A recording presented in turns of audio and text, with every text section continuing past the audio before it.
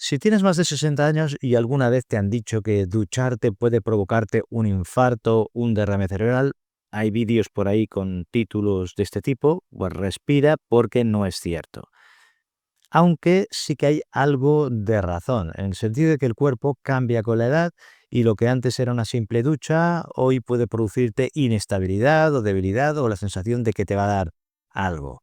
El problema aquí no es el agua caliente, es lo que tu cuerpo hace cuando te estás duchando. Los datos lo confirman, que una de cada 3 caídas en mayores ocurre en el baño y no es por torpeza, sino por pura fisiología, por el funcionamiento de tu organismo. En segundos cambias tu temperatura corporal, tu presión arterial y tu tono muscular. Por eso hoy vamos a separar lo que es el mito de lo que es la realidad. Te voy a explicar qué ocurre realmente durante esta ducha, por qué algunos mayores se sienten mal al ducharse y sobre todo cómo hacerlo con seguridad. Todo ello sin alarmismo, con ciencia y también con sentido común. Y al final te daré una guía médica simple y práctica para ducharte con inteligencia cardiovascular. ¿Es verdad que ducharse puede provocar un infarto en el corazón o un accidente cerebrovascular? Pues empecemos por desarmar el mito más extendido. Ducharse no causa infartos ni accidentes cerebrovasculares en personas que tienen un sistema cardiovascular que no presenta enfermedades importantes o que las tiene pero que están bien controladas.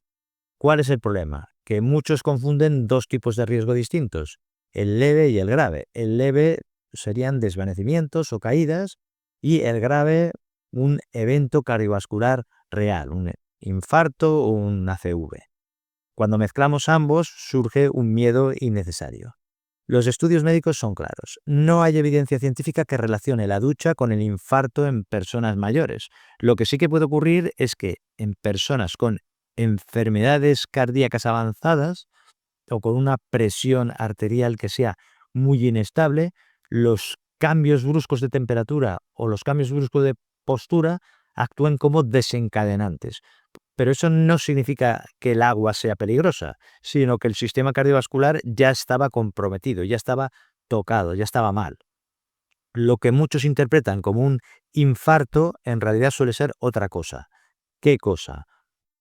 Por ejemplo, una hipotensión postural, que es una caída de presión arterial al incorporarse o al cambiar bruscamente de postura, o un síncope reflejo, que es una breve pérdida de conocimiento porque falta momentáneamente el flujo de sangre al cerebro. Muy poco, un instante, pero es suficiente para que dé esta inestabilidad.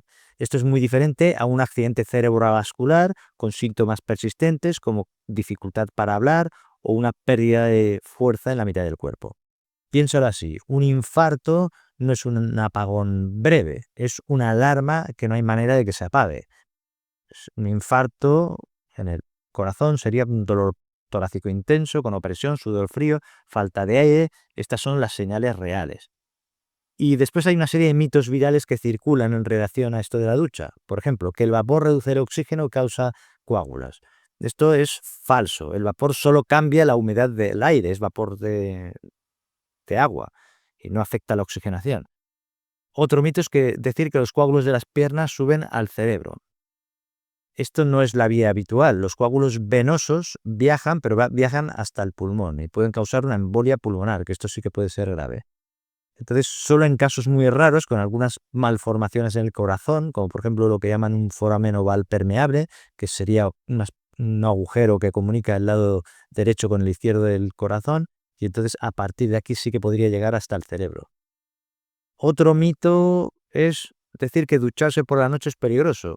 Tampoco hay ninguna evidencia de esto. Aquí lo relevante es la temperatura del agua y tu estado cardiovascular. Lo importante no es el reloj ni el momento del día. En resumen, que el riesgo no está en el agua o en la ducha, sino en cómo reacciona un cuerpo con una enfermedad previa que no está controlada. El enemigo no es la ducha, sino la desinformación. Y hay que matizar mucho esta información. Y ahora que hemos eliminado este temor inicial, vamos a ver por qué sí puedes sentir una inestabilidad de la ducha, incluso si tu corazón está sano. ¿Por qué algunas personas mayores se marean o se sienten débiles durante la ducha o tras ducharse? Imagínate que tu cuerpo es como una red de cañerías finas y flexibles. Cuando abres todas las válvulas a la vez, la presión baja. Pues esto mismo es lo que sucede en tu organismo. Lo que pasa es que el agua caliente dilata los vasos sanguíneos y la sangre se desplaza hacia la piel y el corazón tiene que trabajar más para mantener la presión en las arterias. Si permaneces mucho tiempo de pie o en un baño caluroso, esa presión puede caer lo suficiente como para producirte un desvanecimiento, debilidad o una visión borrosa. Desde el punto de vista médico, el calor provoca vasodilatación. Los cambios de posición provocan hipotensión ortostática. Y la falta de líquidos lo que hacen es reducir el volumen que circula. Todo esto mezclado puede hacer que el cerebro reciba menos flujo de sangre durante unos segundos. ¿Y cuál es el resultado? Pues una inestabilidad o incluso un pequeño desvanecimiento. Hay momentos que son especialmente críticos y que debes conocer. ¿Qué momentos son esos? Pues, por ejemplo, cuando te agachas a recoger el jabón en el suelo, porque combinas dos factores. ¿Qué pasa? Pues que hay un cambio postural brusco y a veces lo que se llama una maniobra de valsalva involuntaria, que es aguantar la respiración mientras haces un esfuerzo. Entonces, la combinación pues, puede hacer que se desplome la tensión unos segundos y entonces es el momento en el que más caídas pueden ocurrir. También en algunas personas sensibles el agua caliente o el agua directa en el cuello o en la nuca puede desencadenar un reflejo vasovagal, que esto lo que hace es enlentecer el corazón y bajar la presión arterial.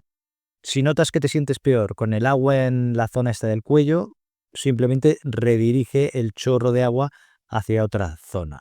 Esto hay que tenerlo en cuenta.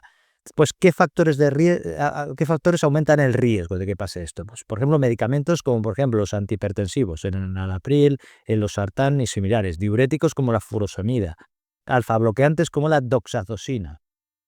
También ducharte en ayunas o justo después de comer. También el agua muy caliente o duchas prolongadas.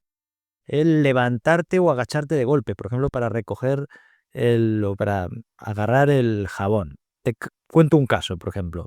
Cambio los datos. Rosa, de 72 años, es hipertensa. Lleva meses con desvanecimientos matinales y mareos. Se duchaba con agua muy caliente durante unos 20 minutos seguidos.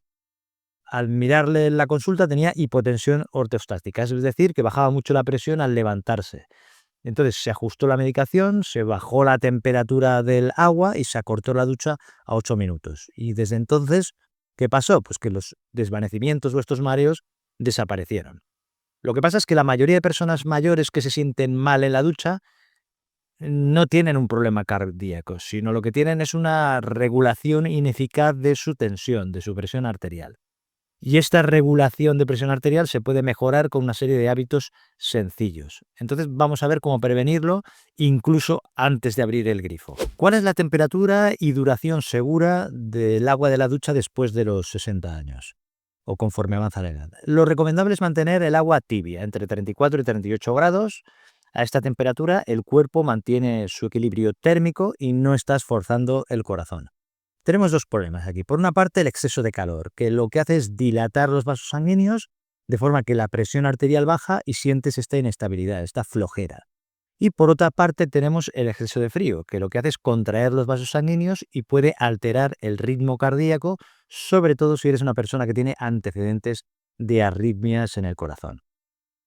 El tema es que el cuerpo lo podemos imaginar como un termostato muy fino, muy ajustado, y pasar de caliente a frío repentinamente es como meter una olla caliente bajo agua helada. El contraste es demasiado brusco y los sistemas de defensa del organismo se activan bajando, entre otras cosas, la presión arterial. Pero además de ser importante la temperatura final, también es cómo llegas a ella. No entres directamente bajo el chorro del agua de la ducha. Primero abre el grifo, deja que el agua alcance la temperatura tibia y después puedes probarla con la mano, por ejemplo, y solo entonces entra gradualmente. Esto es algo que hace mucha gente, pero que hay que recordarlo porque algunos no. Empieza mojándote los pies y las piernas y luego el tronco y finalmente el cuello y la cabeza. Esta transición más suave permite que tu sistema cardiovascular, tu corazón y tus vasos sanguíneos se adapten sin sobresaltos. Al salir, pues haz lo mismo. No cierres el agua de golpe y salgas al frío. Baja la temperatura progresivamente si puedes y sécate dentro del área caliente y sal despacio. Con simplemente unos 30 segundos más puedes evitar un desvanecimiento, que a veces el problema no es el desvanecimiento, sino el golpe que te puedes dar, que puede ser importante. La duración ideal de la ducha serían unos 10 minutos y el exceso de calor prolongado, el problema es que favorece también la pérdida de líquidos y debilita y genera cansancio. Las duchas cortas mantienen el tono circulatorio y además evitan esta sensación de fatiga. En realidad, también es verdad que cada organismo tiene su punto de confort, su punto de comodidad y, por ejemplo, si tienes insuficiencia cardíaca, si tomas mucha medicación o si tienes una deshidratación, pues el margen seguro que tienes es menor. Y si te cuesta mantenerte de pie, pues te duchas sentado, con una silla adaptada. En países como Japón o Finlandia, donde el baño caliente es un ritual diario, el secreto está en el control, el tiempo medido, el agua templada, una buena ventilación. Lo que no hacen es desafiar al cuerpo, lo que hacen es acompañar al cuerpo. Cada mañana, antes de abrir la ducha, pregúntate, ¿podría hablar normalmente mientras me baño? Si no puedes, esto quiere decir que el agua o está demasiado caliente o quizás está demasiado fría. Pero además hay otro factor que muchos ignoran, que es el momento del día, que también influye. ¿Influye la hora del día en la seguridad de la ducha? Pues sí, influye más de lo que imaginas. Tu presión arterial no es constante. ¿Qué quiero decir con esto? Pues que tiene un ritmo circadiano. Esto significa que sube y baja a lo largo del día y este ritmo además cambia con la edad. Por la mañana hay un ascenso natural de la presión arterial tras despertar. En inglés le llaman morning surge, pero aquí viene lo importante. Al ponerte de pie, puedes tener una bajada brusca si eres propenso a la hipotensión ortostática. Me refiero al momento de despertarte y levantarte. Y si además estás tomando medicación antihipertensiva por la noche antes de acostarte, el efecto residual se suma a esta vulnerabilidad que ya tienes. Si te duchas por la mañana, lo mejor es esperar unos 20 a 60 minutos tras levantarte y no ducharse inmediatamente. Bebe un vaso de agua antes y cuando te duches usa una temperatura más tibia de lo habitual. Y movimientos lentos y sin prisas para evitar accidentes y problemas. En cambio, ¿qué pasa por la noche? Pues por la noche la situación es diferente. Tu cuerpo se está preparando para el descanso, la presión arterial va disminuyendo naturalmente y los vasos se dilatan para facilitar el sueño. Si además estás tomando una medicación antihipertensiva por la noche, que puede ser el amlodipino, o también el enalapril, el losartán o similares, pues una ducha caliente puede sumar efectos y bajar demasiado la presión arterial. Es decir, que si te duchas por la noche, lo mejor sería hacerlo 1 hora, incluso 2 horas antes de ir a dormir, pero no hacerlo justo antes. Con agua tibia que no sea caliente, muy caliente, y si tomas medicación por la noche, mejor consultar con tu médico para hablar sobre el horario. No se trata de prohibir ducharse a ciertas horas, sino simplemente de ajustar la temperatura y las precauciones según el momento y también según la medicación que tomas y tus enfermedades. Si tienes un tensiómetro en casa, pues tómate la presión arterial a distintas horas durante la semana. ¿Por qué? Pues porque esto te ayudará a identificar cuándo eres más vulnerable, cuándo tienes la presión más baja, cuándo puedes tener más problemas. Y hablando de vulnerabilidad, hay señales que nunca debes ignorar. ¿Cuándo debería preocuparme de verdad? Es decir, ¿cuáles son las señales de alarma? Las sensaciones de inestabilidad no son todas iguales. Algunas son leves y se resuelven solas, pero otras son señales de que algo serio o grave está ocurriendo. Entonces, aprender a diferenciarlas puede literalmente salvar tu vida. Y hay que tener una idea de cuáles son. Por una parte tenemos los síntomas leves. Tener sensación de calor, visión un poco borrosa, un zumbido leve, que duran pocos segundos y se alivian al sentarte o hidratarte. Esto sería lo más leve. Ahora bien, síntomas de alarma. Pérdida total de conciencia, un dolor torácico opresivo, dificultad para respirar o para hablar, la debilidad o entumecimiento de un lado del cuerpo, el tener una serie de palpitaciones rápidas e irregulares que no se van y que siguen, el tener una situación de confusión o de desorientación repentina o súbita. Si aparece alguno de estos, lo que has de hacer es suspender la ducha inmediatamente, sentarte o recostarte y pedir ayuda médica urgente. Estos síntomas pueden indicar que tienes un problema o un evento cardiovascular real, un infarto, un inicio de ictus, en fin. ¿Qué factores de riesgo hay que tener en cuenta para esto? Pues antecedentes de infarto, antecedentes de arritmia, antecedentes de insuficiencia cardíaca, el tener hipotensión mal controlada o hipertensión mal controlada, diabetes con neuropatía autonómica, es decir, que se ha ido complicando y afectado al sistema nervioso, o el tener una edad avanzada y estar con polimedicación, con muchas medicinas. Tu cuerpo a menudo te envía señales tempranas antes de que haya un problema grave o antes de que se agrave la situación. Pues aprender a escucharlas es algo básico, fundamental, que te puede salvar la vida. Si los desvanecimientos se repiten, no los ignores. Esto puede ser hacer necesario un ajuste de medicación o puede ser por una deshidratación crónica o puede ser por un problema cardiovascular que hay que valorarlo o que ha aparecido o que ha empeorado. En fin, es vital esto diferenciarlo de las señales de alarma que requieren una ayuda urgente. Reconocer tus límites es una forma de fortaleza, no de debilidad, que a veces queremos hacernos los duros, pero no puede ser. ¿Cómo ducharte con inteligencia cardiovascular? Un plan médico práctico. Ahora ya sabemos lo que ocurre en nuestro cuerpo durante la ducha y vamos a ponerlo en práctica. Es un plan que está pensado para que la ducha sea segura, cómoda y protectora para ti y para tu sistema circulatorio cardiovascular. Entonces, ¿qué hay que hacer antes de la ducha? En primer lugar, bebe un vaso de agua. Esto mejora la circulación y previene las bajadas de presión arterial. Y bueno, beber agua no solo antes de ducharte, mantén una buena hidratación durante todo el día, por supuesto ajustado a tu situación particular. En segundo lugar, evita ducharte en ayunas y justo después de comer, porque después de comer, por ejemplo, redistribuyes la sangre hacia el sistema digestivo y esto facilita que llegue menos sangre al cerebro y se puede complicar con los cambios de postura o la hipotensión arterial. En tercer lugar, ten todo preparado, el jabón, la toalla, la ropa, y evita agacharte o girarte bruscamente una vez estés dentro. En cuarto lugar, ventila el baño y asegúrate de que el vapor no sea excesivo. Hasta aquí lo que hay que hacer antes de ducharte. ¿Qué hay que hacer durante la ducha? En primer lugar, comprueba la temperatura con la mano antes de entrar, que esté tibia, 34, 38 grados, una temperatura agradable. En segundo lugar, entra gradualmente, primero pies y piernas y luego tronco y finalmente la cabeza. En tercer lugar, dúchate de 5 a 10 minutos. No lo prolongues demasiado. En cuarto lugar, si sientes inestabilidad, usa un taburete en la ducha. Lo he comentado antes. En quinto lugar, evita giros rápidos o agacharte de golpe. Si se cae algo, sal primero y luego lo agarras con prudencia y con calma. En sexto lugar, evita aguantar la respiración al frotarte o al estirarte. Respira con calma para evitar problemas que hemos comentado antes.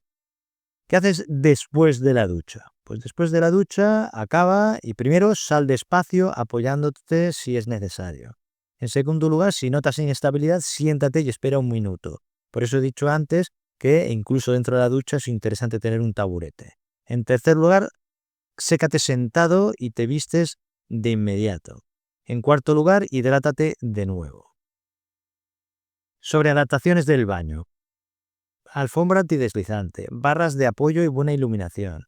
Lo de la silla o taburete si tienes riesgo de caídas, que esto es muy importante. Luego la revisión periódica de la temperatura del calentador para evitar sustos. Después, los medicamentos. ¿Cuándo consultar el tema de los medicamentos? Pues si tomas alguno de estos que voy a comentar y sufres desvanecimientos o mareos frecuentes en la ducha, pues consulta con tu médico sobre el horario y las dosis. Por ejemplo, los antihipertensivos, el enalapril, el losartán o el amlodipino. Diuréticos como la furosemida o la hidroclorotiazida. Los alfa bloqueantes como la doxazosina o la tamsulosina, que se toma para la próstata. Las benzodiazepinas como el lorazepam, diazepam y similares. Los antidepresivos tricíclicos como la amitriptilina. O los antiparkinsonianos como la levodopa. Aquí no se trata de suspender los medicamentos, sino de ajustar el horario para evitar que coincida con los picos de efecto y con los momentos de mayor riesgo con el momento de ducharte para ajustarlo. Y una advertencia importante sobre el agua fría también. Si tienes antecedentes de angina de pecho, de infarto previo, pues evita el agua fría. La vasoconstricción brusca puede aumentar el trabajo del corazón y, en casos raros, desencadenar un dolor torácico y un problema serio. Si estás sano y quieres probar agua fría, pues hazlo gradualmente, empezando con agua tibia y termina con unos segundos de agua fría o fresca, pero nunca que esté helada. Piensa en tu ducha como si fuera un entrenamiento cardiovascular suave. Si lo hacemos bien, si lo haces bien, pues esto fortalece tu sistema cardiovascular. Si lo haces mal, le estás exigiendo demasiado y podemos tener un problema. O sea, no se trata de tener miedo al agua, sino de conocer tu cuerpo y respetar sus tiempos. Y una pregunta, ¿qué hago si me siento mal a mitad de la ducha? Pues cierra el agua inmediatamente, te sientas si hace falta en el suelo o en el taburete que recomiendo y respira despacio y con calma hasta que te recuperes. Si tienes agua fresca a mano, mójate un poquito la cara porque esto a veces ayuda a recuperar la presión arterial, la tensión. Si el desvanecimiento o este mareo se repite en otras ocasiones, pues esto habrá que consultarlo con el médico como es natural y sensato. Puede ser un signo de que necesitas ajustar la medicación, mejorar tu hidratación o simplemente evaluar tu sistema cardiovascular. La mayoría de los desvanecimientos en la ducha no son ni infartos ni nada parecido, son ajustes del cuerpo. Tu organismo te habla y no te habla para asustarte, sino para avisarte de que necesita otro ritmo. Aquí lo importante es recordar las 3 reglas de oro que hemos ido comentando en el vídeo. En primer lugar, temperatura tibia de 34-38 grados y una transición gradual. En segundo lugar, duchas cortas de 5-10 minutos como máximo, no lo prolongues. Y en tercer lugar, movimientos lentos y movimientos conscientes. Nada de movimientos bruscos. La ducha no es enemiga del corazón ni del cerebro, es un momento de conexión. Aprovecha esos minutos para observar cómo se siente tu cuerpo, cómo late, cómo respira, porque cada sensación es información. Haz un pequeño compromiso. Cada mañana, por ejemplo, ajusta la temperatura 1 grado menos, entra de forma gradual y escucha a tu cuerpo. Y verás cómo vas a notar la diferencia. Y si este vídeo te ha ayudado, compártelo con alguien que viva solo, que tenga más de 60 años o que pueda necesitarlo, porque esto puede ser la diferencia entre vivir con miedo y vivir con confianza. La información correcta es muy útil. Y si quieres seguir aprendiendo, aquí te dejo un vídeo sobre la hipotensión y la hipotensión ortoestática y medicamentos que bajan la presión arterial, porque es la pieza que completa este tema que hemos estado comentando. Y recuerda que el contenido que me he ido dando en este vídeo es informativo y educativo y no sustituye la consulta directa con tu médico o con un profesional de la salud. Un abrazo, cuídate y nos vemos en el próximo vídeo.